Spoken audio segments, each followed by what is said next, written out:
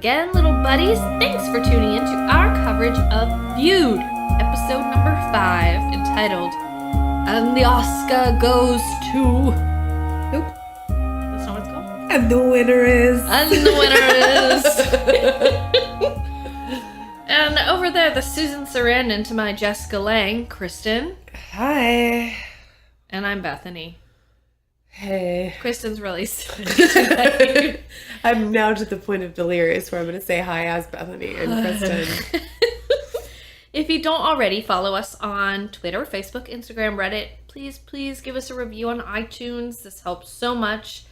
Tell a friend about us and subscribe to our podcast via whatever podcast outlet you use. Write in anything and everything to boobtubebetties@gmail.com. We will answer not it. everything. We have lives. All right. Well, I'm just kidding. if it could pertain to the show, if not, if you're like having a crisis, that's fine. Write in. Dial 911 in case of emergency. We'll always give you a shout out on the podcast. Head over to boobtubebetties.com. Check out what else we got going on. Currently, the other buddies are covering Walking Dead, Legion, Iron Fist. We just wrapped up Big Little Lies tonight. Very sad. Very, very sad.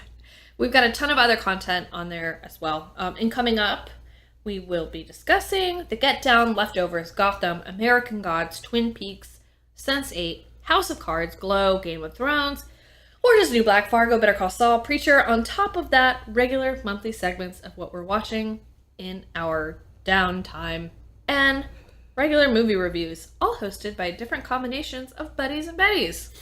And if that is somehow not enough for you, write in and tell us what you want us to cover, and we will likely do it.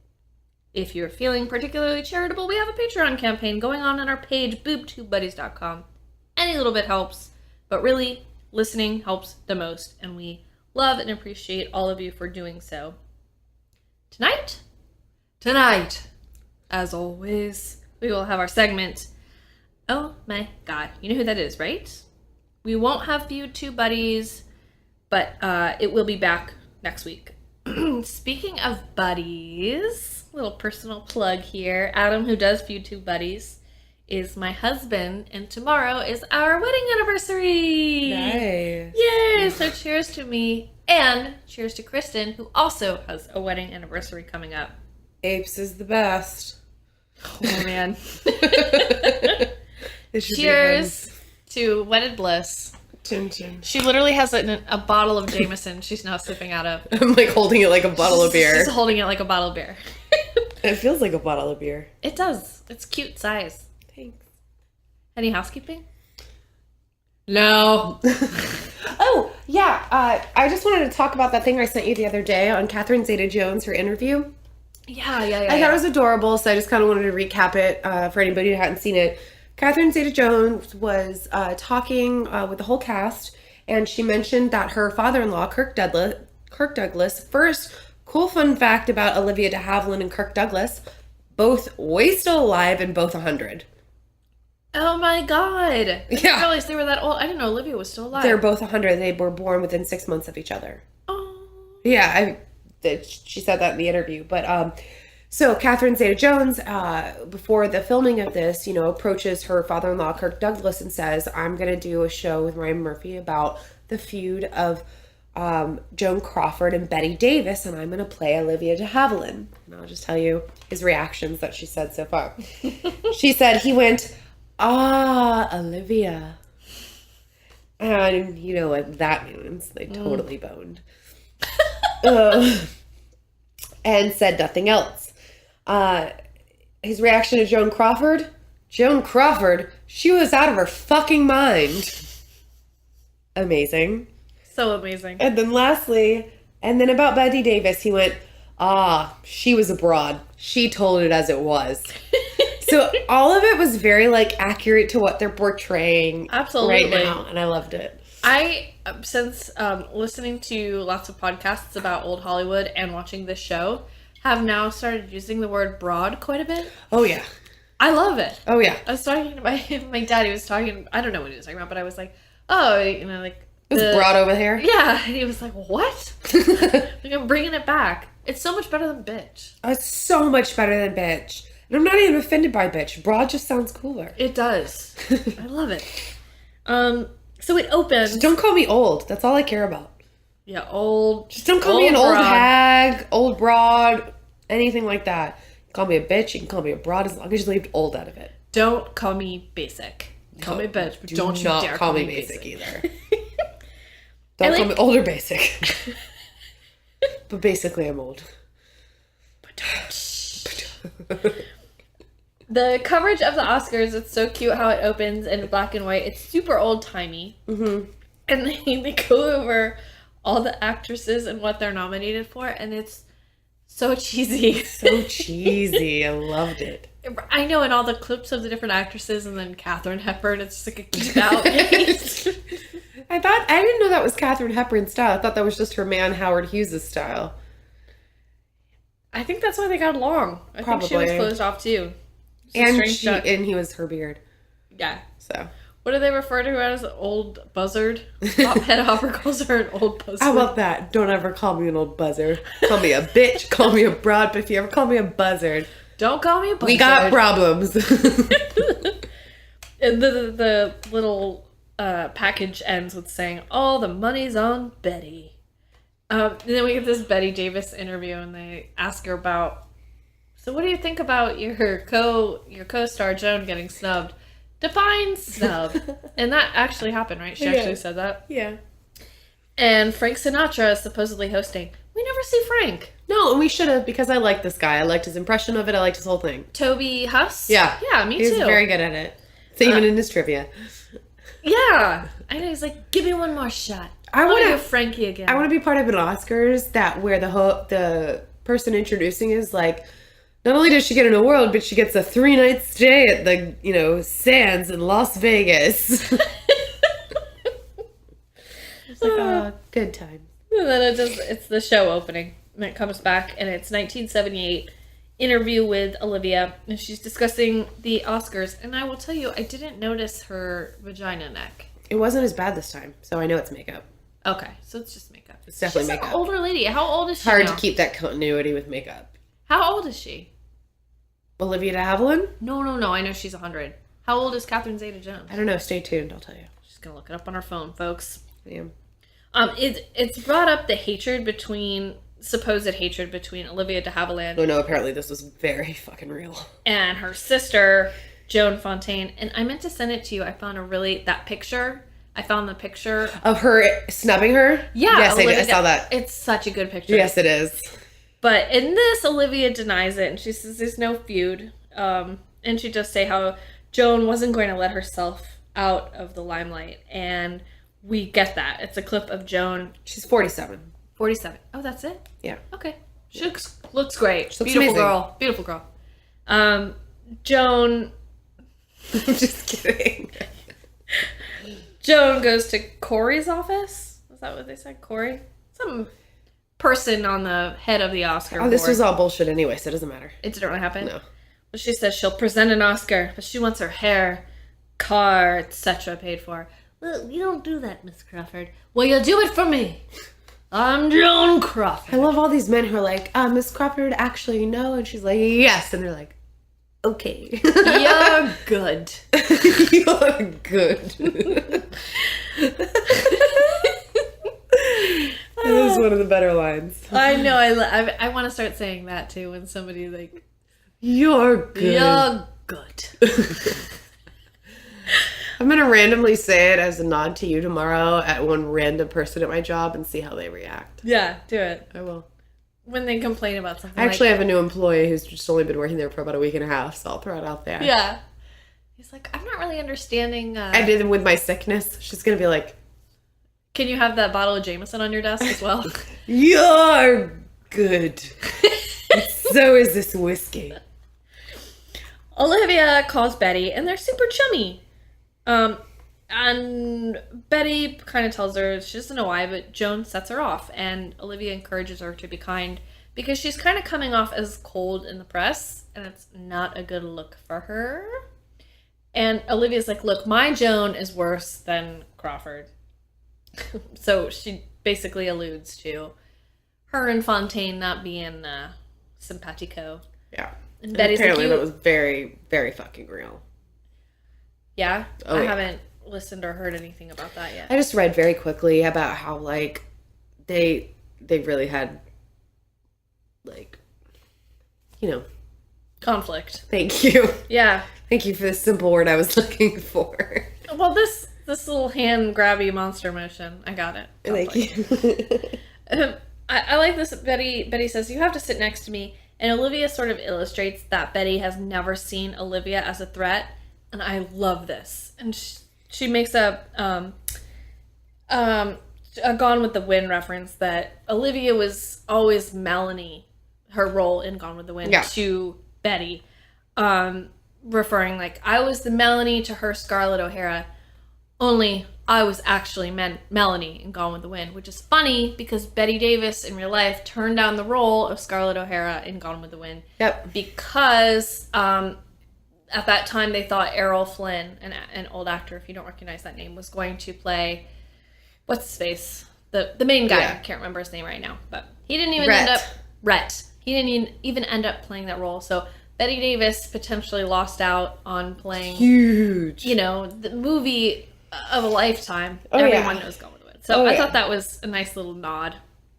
Didn't she say something? Okay, maybe I'm jumping ahead and I hope I'm really not. But didn't she say something like, I needed you there because of, like, you know, something about your stature? And she's like, what, Jones? And there was, like, a weird look with Betty. Well, there was there was, like, Betty made a comparison of Olivia being on the level of Joan, which would seem like a dig since she hates Joan. Gotcha, okay. But as we find out later, Joan was, in some regards, a bigger star than Bette Davis. Yeah, because people were, like, starstruck to even just be around her. Yeah, and she played roles that were more popular and were in bigger movies. Yeah. But it seemed like a dig. Yeah. But Betty didn't realize it was a dig. You know, it's sort of one of those foot and mouth things. Oh, yeah. I can relate. Yeah. We've got Joan with Hedda Hopper, and basically they conspire that they're going to poison the well of oats, but they're going to keep Joan squeaky clean. And they kind of do like a good cop, bad cop, where Hedda's calling all these people talking trash about Bette Davis, saying she uses her Oscars as bathroom doorstops, while Joan, on the other hand, is talking up all Betty's competition about, you know, what a great performance they give, not saying a word about Betty. And Hedda goes on like a weird rampage speech about her own career in Bette Davis. Yeah. So I'm sure that there's something in that I'm about sure there is. I don't between know Hedda and Betty, but I don't know. know. Certain, no. And then this next scene made me sad where they're outside by the pool. And Joan basically says to Hedda, I've been in competition with that woman my whole life. Why? I was a bigger star. My movies made more money. My leading men were more attractive. It's fucking humiliating. Ugh. And I just, that's such a terrible feeling. Mm-mm. And you know how I felt that way, at least with people. Why am I in competition with this person? Why do I feel this way? I have this. Why? This is awful. Like, why is this dragging me down so much? Yes, and it's more of a, why am I letting it drag me down versus, you know, what anyone else is saying or doing. And then she says, something inside me broke when they announced the nominees. It's sad. I know, and she's like, what was I thinking? I can't go to those awards. But Hedda vows to make sure she's the Joan one on the walks stage. off that stage with an Oscar. Yeah. And then finally, we get Sarah Paulson. I know. She does like, they actually put her in the perfect spot. Because I looked at Geraldine a picture Page? of Geraldine Page to remind myself. And Did you look at pictures of Geraldine Page? Sarah Paulson is much prettier. Well, yeah. But normally the people who play you are, even though she's an actress. I don't know a lot about Geraldine Page, but I don't know. Was she like a movie starlet? She didn't have that look. I don't think she was maybe one of those movie starlets. She was probably just one of those actresses that played good roles. Okay. Do you know what I mean? Like a mini Bette Davis. Yeah, like I'm trying to think of, I hate to say it, but like almost like an Amy Adams. This is so funny you say this, because my brother and I, who contributes to Boob Tube Betties, he Amy Adams, great actress, and he thinks she's pretty. I think she's pretty too, but I think that there's a lot of other actresses that could play the parts that would be prettier than her, but she's a wonderful actress. If this was based on a beautiful competition, I think that she's a more averagely beautiful girl. Does that make sense? Like, she's not ugly. She's pretty. No, she's not ugly. And she's pretty, but you're in Hollywood. Right. Yeah, no, we're on the same page. Survival of the fittest looks.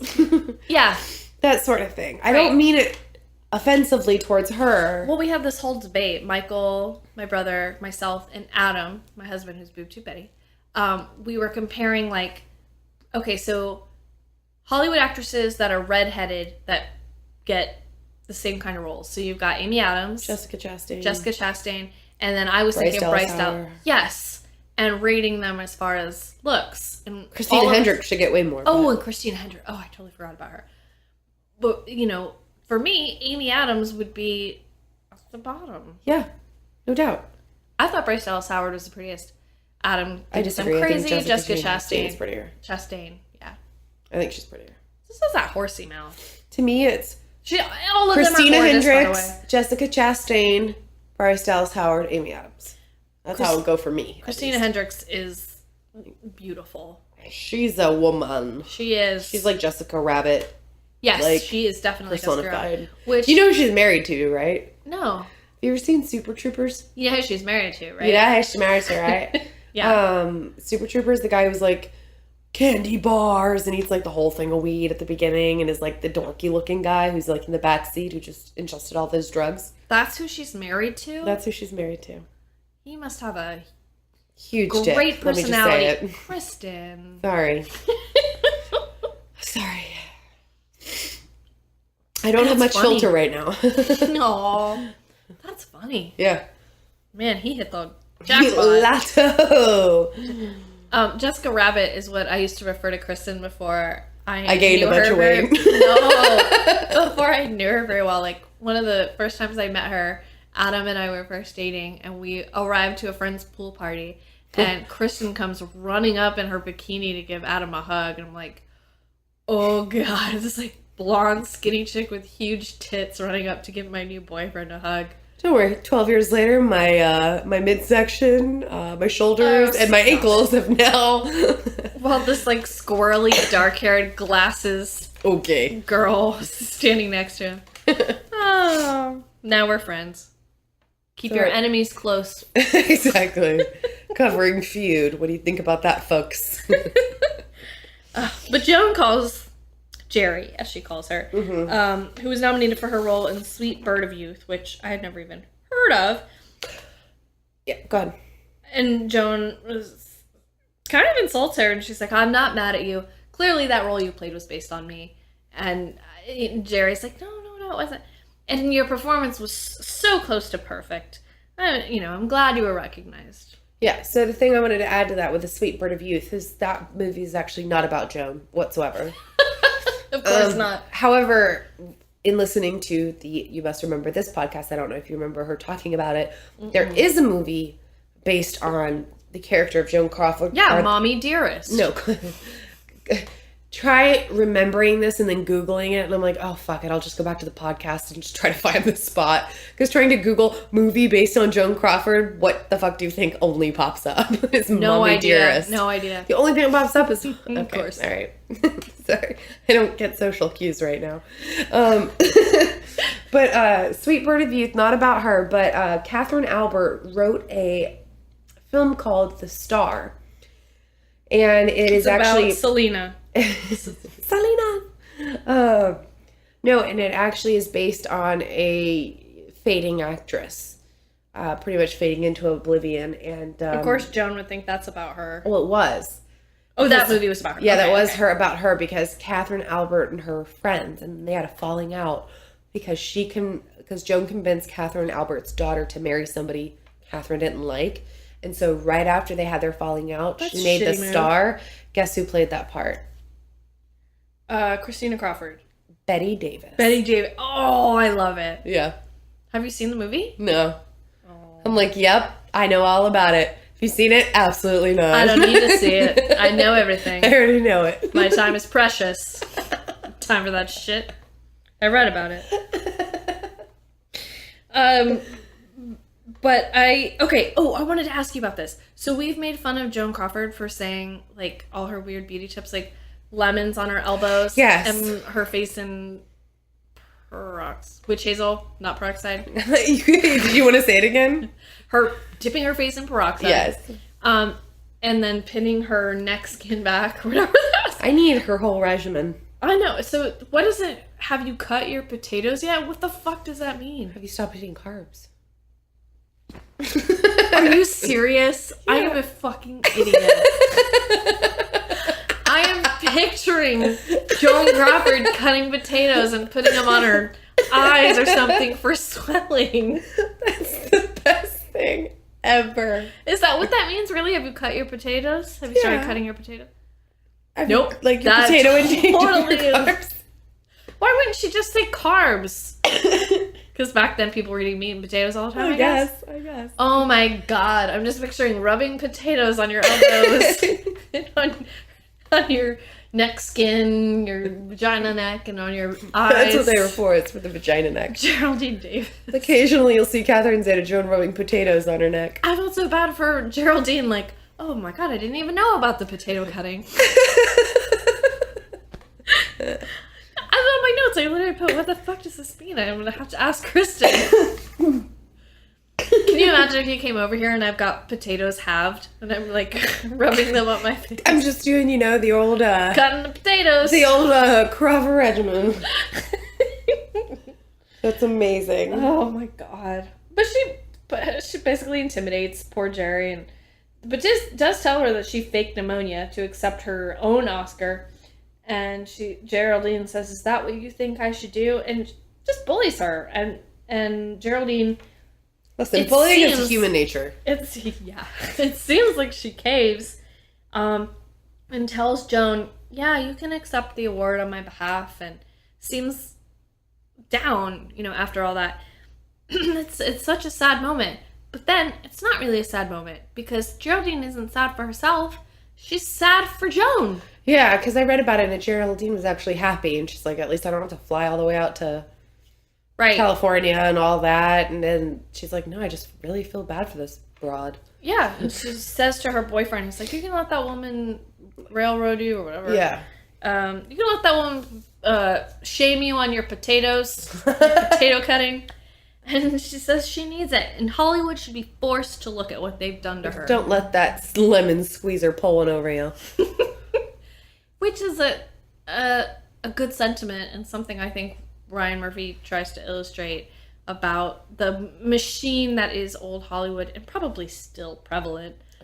About how they kind of ruin women. I'm going to go ahead and say very much so still prevalent. Yeah. You gotta be beautiful. Your time in the limelight is fleeting, and it's cutthroat. That's how they make it seem. Oh, yeah. Speaking of my brother again, he sent me a really good article that I meant to send you, and it was a different take on Feud about how it's actually kind of like anti-feminist, and that it's that Ryan... I'll send it to you. Okay. I'll send it to you. But basically that Ryan Murphy's not doing great things for women and women relationships, and that what he thinks he's highlighting, he's not. And that he's highlighting, like, just the... Well, I think he attempts to highlight it in a lot of ways, but really it just comes out looking petty. Right, and I think that's what they're sort of, like, tisking. It's a good article. It's like when they had that skit on Saturday Night Live recently, where they're like, we took the day off for the Women's Day, like a day without women for work. Yeah. And so we had the men actually write our scripts for tonight. And it was like 2 men and 2 women. And the entire time, the men are talking about how horrible women are treated, but never once do the women get lines. And so it's kind of like that, where it's like, I'm going to sit here and tell you how I, damn the man, save the empire, I'm with the women type of thing.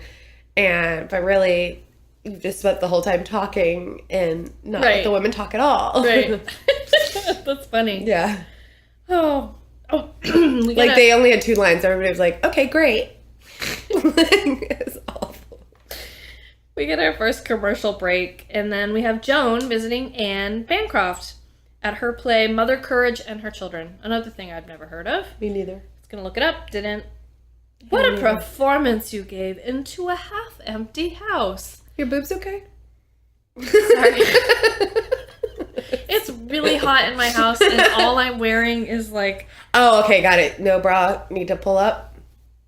Yeah, thanks for calling me out on air. I mean, I do that all the time. Okay, so last night, as I'm watching the show, I didn't have a bra on, and I constantly had to pull my tits up I've got heavy womanly breasts. Oh, yeah, let's all cry for Bethany and Kristin with our big boobs. I've got big, beautiful womanly breasts that need air, so exactly, ditto. Flapping them this out is of just the coming top from of my I can sympathize with you, hon. It's like I'm shaming you for calling me out as I'm lifting my boob out of the top of my shirt at you. That's why I sleep with a bra on every night. Do you? Mm-hmm. I don't. Every night. See, mine aren't that gigantic. Thanks. How offensive. I'm offended. That's such a mean word. You know, like, what big breasts you have. Gigantic. Gigantic's not a sexy word. Gigantic is not a sexy word. I love your gigantic. It makes it look like my tits have elephantitis. Oh, they're beautiful. Oh, this is what I wanted to say. So Joan has these good lines, like, what a performance you gave into a half-empty house. Her lines are, like, so just awful. as good as Madeline's lines on Big Little Lies. Yes. They're just... Absolutely. You just have to imagine saying that line must be so fun. Oh, my God. Basically, Bancroft says she won't miss performances of her play to attend the Oscars, and Anne seems smart because Joan's going around and around and around. Basically, Anne's like, would it make you happy to accept? And then Joan says desperately. Just completely vulnerably opens up and was like, yes, desperately. And then again, this pity for Joan, and Anne's like, then I hope I do win. To have someone of your stature accept the award. And Joan, there's like a pause, and Joan's about to leave, and she throws her another bone and talks about how she admires her work, and Betty may have had the flashier role, but, you know, Joan did wonderfully in her performance of Baby Jane. So I cried here. It was very, like, emotional. I felt so sorry for her. Yeah. It's just all this shitty work where, you know, at the end, so she's doing all this, and then at the end, she's so sad because she knows it's shitty. Yeah. And it doesn't make her feel any better in the end anyway. No, it's just, it's something that she wants to prove, but then as soon as it's over, it's like... And it's like everyone recognizes how sad and pitiful it is, and they just feel so bad for her. Ugh, God. Yeah, it's very So upsetting. sad. Oh. Agreed. But then it picks up, because Joan's getting prepped for the Oscars, and Mamacita, don't address Miss Crawford unless she addresses you first. Then we got... So funny. I like how they always go back and forth to show you the stark contrast between Joan and Betty, because then Betty's getting ready for the Oscars. It's much more subdued affair. It's just Betty, and then some man, but she's reading notes of praise and well wishes for her, and she's kind of sitting on her high horse, From like Ronald Reagan and Nancy and Ronald Reagan. And then Joan's getting dressed in silver, and I don't understand. Okay. I think you're gonna say what I think you're gonna say. Go ahead. Why the silver hair powder? Yeah, I mean, just for somebody who really hates being called old. Why would you want to make yourself look older? Why throw silver in your hair? Maybe like some gems. She's like, these are the ashes of your late husband. And so I looked at pictures from the Oscars.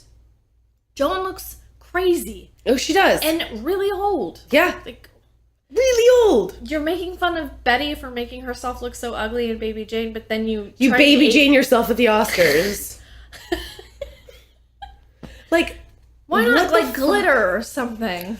When they started, like, she has like beautiful jet black young looking hair, and then all of a sudden the lady just pours a bunch of like human ashes all over her head, and then all of a sudden, like, I don't know, it was just really awful. I'm like, why? Stop. What are you doing? We want to be younger. I know. It's craziness. I don't get it. I don't either. But I don't know, maybe it played on Oscar night, but whatever. And then this sweet jewelry guy tells her, like, don't do this. Don't take this from her. People won't work with you again. Oh, George Cukor. Of course, George Cukor. He's the director of My Fair Lady, The Women with... And then he took over Tiffany's, and now The Women with Joan Crawford, her famous movie, The Women. Yeah. Dinner at 8 with Jean Harlow. Let's Make Love with Marilyn Monroe. Listen to you. Okay. I thought he was just some jewelry guy. No, that's a really famous director, George Cukor. Well, I've got egg on my face. No, he's awesome. He did look like Dick Cheney, though. But... Like, so much to where he didn't even have a name in IMDb. Really? It was literally like his picture and then next to it, no name. It's just... Oh, that's sad. Maybe it's a family member or a friend or something.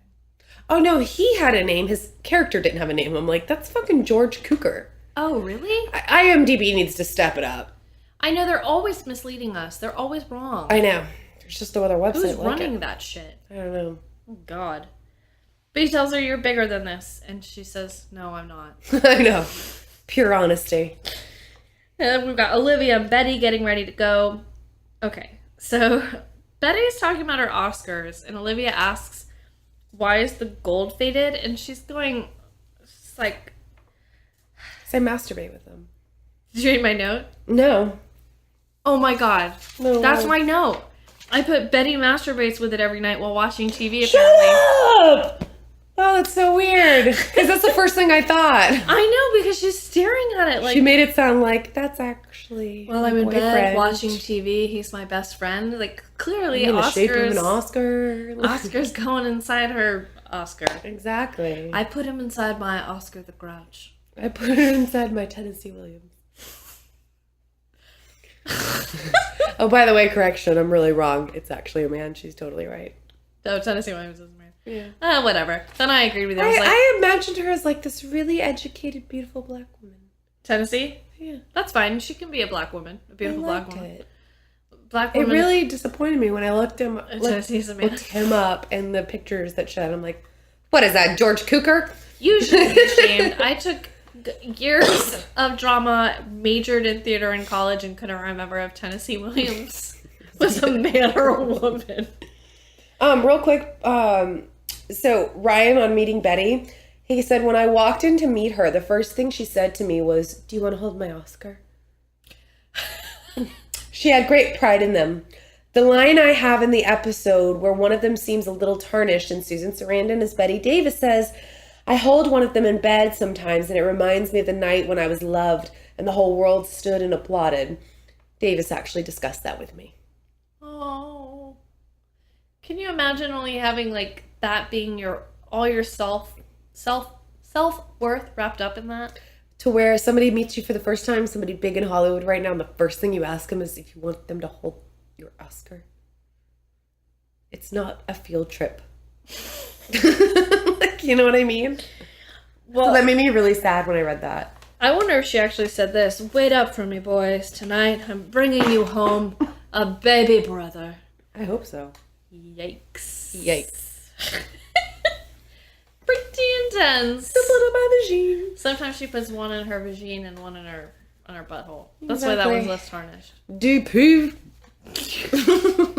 Speaking of DP, you want to do Oh My God, you know who that is, right? Soup segue. All right, folks. Here it is. Here it is. Oh my God, you know who that is, right? Oh shit. Nah, bitch, who? Okay. You want to go first? Yeah, sure. I didn't do Patty Duke because okay. She's been in Feud. That's what? The girl who plays Patty Duke. She's been in Feud. And that is all. Oh, that's it? It was her first role. I'm like, can't do that. Oh, wow. She looked familiar to me. Me too. That's why I was like, I got this. Did you get that off IMDb? I'm like, I looked elsewhere. I'm like, because this can't be real. No, that's her. Because I almost told you, I'm like, actually, you can do Anne and I'll do Patty Duke. Because I thought I recognized her. Yeah. The only other person I thought I recognized, and I did because of all the awesome shows I used to watch as a child, was the Philip Boyd who played Maximilian Schell, the guy who won for Best Actor for Gentleman at Nuremberg. Philip Boyd is actually a regular, this is not how I know him, but regular who plays Oscar, interestingly enough, on Tyler Perry's The Have and Have-Nots. It's like a big show. Is that a Shonda thing? No, it's like I don't know which channel it's on, but it's actually a really big, like, kind of soapy show. Oh, okay. But that's not where I saw him. He's had like a bunch of one-episode roles in things like Jane the Virgin, 90210. Oh, all right. Step by Step. Ooh. Places I recognize him from are obviously, you know, I'm a child of the WB, not the CW, but the WB. So I The recognize dancing frog. exactly. I recognize him from Charmed, Felicity, and one of my personal favorites, Summerland, with Lori Loughlin, the chick from Full House. Yeah. Yeah, he was in that too. I don't remember He was a in show like. called Summerland, but You don't remember Summerland? No, I love Charmed. Oh yeah, he was on that too. What did you think when they changed What's Her Face to What's Her Face on Charmed? There goes Shannon Doherty. Fucking shut up again. Yeah. That's what I thought. For whatever reason, sometimes our TV will default to some channel that Charmed plays, like episode TNT? after. Oh, okay.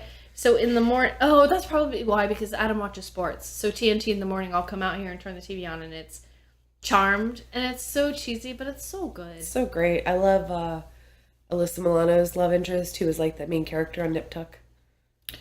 You remember all that stuff. I can't remember any You of that. understand? All I did as a child, as an only child, I watched the WB, and that is why Lauren and I are friends. She can do the same shit. Oh, I with the have a WB. terrible memory. Well, Actually, before Boob Tube Betties was, like, before I was invited to go on here, and we had talked about doing a podcast, but we have no microphones or anything like that. We're like, well, if we ever did one, we would definitely do one on recapping shows from the WB. aww. Anyway, Cool story, Katie Holmes. yeah, I wasn't a part of that, so I don't want to talk about Oh, look how it's flourished. I did Sarinda Swan, who plays Anne Bancroft. She's a Canadian actress. Her breakout role at 3 years old was in the movie with Ted Danson, the movie Cousins. You remember that movie, right? Uh-huh. 1987? Uh-huh. Okay. Since then, she's done Remember commercials. Twins with Danny DeVito? Nope, this was Cousins. She's done commercials for Milky Way, Macy's, Absolute Poker, and she's a guest model. On TV, you're laughing so hard. On TV, she's had guest roles on. Okay, so this is legit. Okay. Supernatural. I thought that's where you were going to stop. I should have. I should have just not read the rest of her credits. She's a Canadian actress who had a breakout role with Cousins, and she's been in a Milky Way commercial. And then I thought you were going to stop, and that's why I can't stop laughing right now. I should have. No, alas, she actually has had a Done stuff. Yeah. Supernatural, Smallville, Blood Ties, and she had a recurring role on Chicago Fire. And she starred in No Bueno. Those Chicago shows are running me into the ground. I feel like every time I watch something on like Hulu, it's like Chicago Fire crossover with Chicago PD and Chicago Med and Chicago this. And it's like, oh my God. I feel like they've oversaturated all the other cities. You know, it's like, what do we have left? Well, boss, we've got Chicago. Yeah, but I feel like that if Hollywood and TV making were a dog, they peed on all of those shows, and then they just walked up to Chicago and took a huge dump. We're gonna set up camp here for a while. Exactly. Like, it's become a running joke that with my husband that he knows nothing about. It's literally become that joke as I always complain, and then 5 seconds later, and this has been happening for 6 months, not kidding you, he goes, what? And I'm like, nope, just telling another one of our inside jokes that you never catch.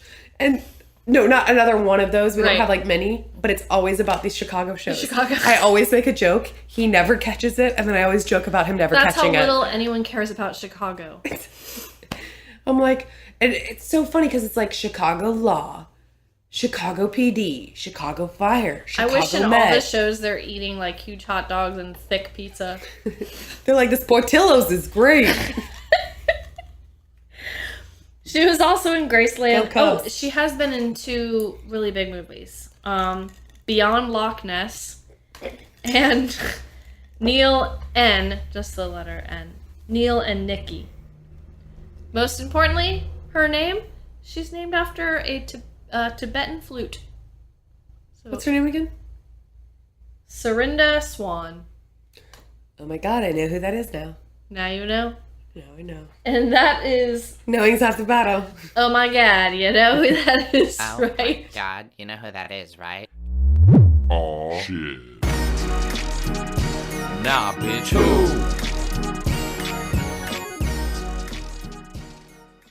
Hey there, buddies. If you've been listening, you may have heard we have Blue Apron as a sponsor now. Look, anyone can try Blue Apron, okay? Bok choy, lentils, miso butter, who even knows what any of that is? It just so happens that I've started my own deluxe meal delivery program. Welcome to Bethany's Boob Tube Betty Creations. Now picture this. A hot dog made with only the finest animal byproducts, heated in the microwave to perfection. Room temperature green beans, no prep needed, just a can opener and a fork will suffice. And finally, mashed potatoes made from a powder packet. It's science. If you're feeling adventurous, try my taco slopper dump dinner. Comprised of old taco shells crumbled up in a pan. Add any type of cheese you'd like. Cheese not provided in delivery. Salsa or tomato sauce, I guess. It doesn't really matter. Some sort of canned bean, like a creamy cheese. If you don't have that, just use like regular milk maybe. Let's see, ground beef or chicken, and any fresh veggie of your choice. Although none will be provided as I don't use fresh veggies in any of my recipes. And voila! Oh, and speaking of dump, all of my meals are sure to keep you regular in the bathroom, if you know what I mean. Act now for 5% off your first order. It'll probably take like 6 weeks to arrive, maybe longer. I don't really know yet. Of course, in the meantime, feel free to try blueapron.com/BTB for $30 off your first order. Next week, I'll share with you my white trash pizza recipe, sure to please a hungry crowd. Until next time, little buddies, happy eating. Nobody would ever know this, people. It's like scraping the bottom of the barrel. Oh my god, you know that is, right? I swear, that girl was on a Milky Way commercial back in 93. You would have just stopped there. That would have been amazing. I couldn't stop laughing because I really didn't think you had anything else to put in there. And I'm like, well, God, I could have probably dug up something from Patty Duke then. There's no one else. Nobody recognizes these people anymore. Oh, God. All right. When we come back from commercial, we've got fake... What? Black and white Oscar pre-show footage, but it's not real. I'm going to stop in there real quick. Recreating the 1963 Oscars. In order to recreate this epic night, production went back to the Santa Monica Civic Auditorium, where the 1963 Academy Awards were actually held, and spent a pretty penny on rebuilding the vintage space. Oh, that's nice. They should have showed more of it instead of just the backstage area. Uh-huh. Agreed. Santa Monica Boulevard. Who could take their eye off of her horrible hair, though, so what did it matter? Ugh, I know. I do like that you just kind of said it, that they showed the different actors and actresses. Then we had the Bette and Joan interviews, and I love this. They asked Joan, "So Joan, who would you vote for? The winner." Did she really say that? I hope so. I bet she did. Probably. So amazing, though. And Joan turning the green room into her own personal viewing party, which she actually did. So question for you. So actors back in the day, they just waited backstage for the whole show? If they were nominated, not in the seats in the audience? I don't think so. I don't know. It might make... I know for this, in real life, Betty waited backstage the whole time. Oh, really? Yeah, and I guess Joan did too, because she was running her own viewing party in the green room. I don't know, honestly. No. It'd be nice to know. Olivia giving Betty a speech like, Like, I imagine Betty in like the corner of a ring, and Olivia's like, "You got this, champ." Mm-hmm. But basically says you don't want to go in that green room. And we see Patty Duke, which of course you know who that is, right? Thought I did. She won the Oscar, and Zeta-Jones like, "Darling, it's not ladylike to bring a pet." And the girl's like a who is teenager. she? Paris Hilton? Why does she have the dog? Yeah. I wish she's like, "It's a therapy dog. I'm depressed." That would have been a lot better. That would have shut me right up. I was gonna go a little heavy there. It's a good luck charm. How old did they say Patty Duke was? She was at the time was the youngest actress to win. She looked really young. I don't know. Who's beat her now, though? Was it Tatum? Tatum O'Neal? Dakota. Oh, Tatum O'Neal. Tatum O'Neal's the Or youngest. something Moon? Yes. Paper Moon? No. Paper Moon? Is that what it is? I don't know. Something The full moon? No. Something Moon. Full Monty. Yep. That's it. Betty and Joan, they square off in the green room, and as Joan walks past her, she says, "Good luck." She leaves to present the Oscar for Best Director. And, okay, so question again for you. Uh-huh. They make it seem like Betty never knew what Joan was doing. But in real life, didn't Betty know that Joan was going around to the other actresses? Yeah. Okay. Yeah. Don't you think they kind of made it seem like Betty was taken aback by all of it? Maybe there's something in the back of her mind that she didn't actually think she would go through with it. Okay. Because in real life, she didn't go visit these actresses. She just wrote them letters. Okay. So maybe Betty did go know. around, yeah. Okay. Get a commercial break when we come back and... Oh, I love this. Okay. So Joan announces the best director, David Lean, I think she said, for Lawrence of Arabia. Fucking love how short acceptance speeches were. Can we not bring that back? Yeah. You thank 3 people and you get your ass off the stage. Well, now you're judged if you don't thank God, say one thing political, say hi to your thank mom. the entire production crew. It should be like kids at, like, and now so like you get your honor roll award, you say, "Love you, Mom." You walk off stage. Like Exactly. That's what it should be like. I think that there should be a whole like agreement that they should not thank anybody from the Academy or from production or any of their cast For the or sake anything of the like show, that. let's just see who wins, and then you can give interviews to the magazines later. I'd like to thank, like at your Vanity Fair party. Yes, then exactly. you give your They should just interviews. put out an issue that says acceptance speeches. Yes. I think that the American public would love that. Because I can tell you after fucking 4.5 hours of watching the Oscars this year, and then it cuts off before the greatest goddamn scene of the entire thing, I was pissed. I would be pissed too. And I fast forward through the acceptance speeches. Me I too. get it's your big moment in the sun. Give your speech at the Vanity Fair party, because then you can wax on and on and on about Agreed. how amazing and it all is. Exactly. Or they can like catch you backstage and then have a whole nother special behind the Oscars. That's fine with me. Let those people tune into it, but just... I just want to know who wins, and I want to see the dresses, that's all. Yep. Wouldn't that be great, as if whoever wins, all they were allowed to do was get up on stage and say who they were wearing? I'm wearing Dolce & Gabbana. Just leaves. Zach Posen? Yeah, exactly. Oh, thank you, Givenchy. Vera Then Wang. just walks away. Vera Wang, before she even finishes Wang, it's like the swelling music. Exactly. Gotta get off the stage. Jean-Paul got too long. A cane. Wrap it up, box. They bring like the cane thing back, pulling off the stage. Oh. Stick him in the side with the cane. The dress is too big to get the cane around, so yeah, they're just poking them with the big cane. Oh, that'd be great. Oh, it's Joan waiting backstage for the Best Actress award next to Betty. That all of that is real. Yep. And the winner is... And the cigarette is That's real too. Yep. Yep. And Ben Croft for Miracle Worker. Poor Betty's in a daze and has to She almost watch... forgets to breathe. Yeah. Oh, that scene made me cry. Yeah, me too. I just felt so awful for her and so disgusted by Joan in that 1 second. Like, everything that we're watching seems so fun, petty, gossipy, it's what they're, I'm not saying fun, petty, and gossipy is fun, but Right. for what we're watching, it's fun. lighthearted. Yes, exactly. The moment that happened and that quick realization that actually happened, my first thought was, what a piece of shit. I think what makes it extra sad too is that they're older. Betty's older, and this was like her last, at least for her last shot at an Oscar.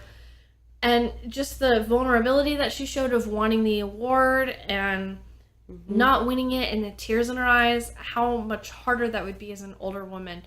You're kind of expected to be that way when you're young, to be that upset, but it was especially You're supposed to just take it with a sad. grain of salt when you're older. And Right. And exactly. And when you're younger, you have more chances to do it, so the crying part of it isn't as sad as someone who, this was it. This was my last chance. She wanted to be the first woman or person to win 3 Oscars. She deserved to win the Oscar. At least she felt that way. Yeah. And all of this was devised by Joan.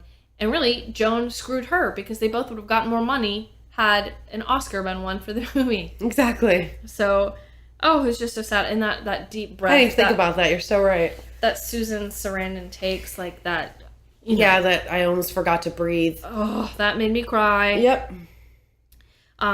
And we already talked about it, but in real life, she did snub out that cigarette and walk right past her. Yeah. And the director had said that when Anne Bancroft was announced the winner, Joan noticeably changed. She stood up straighter, her shoulders went back. It was like a personality switch, and walked. And that Bette Davis was white as a sheet.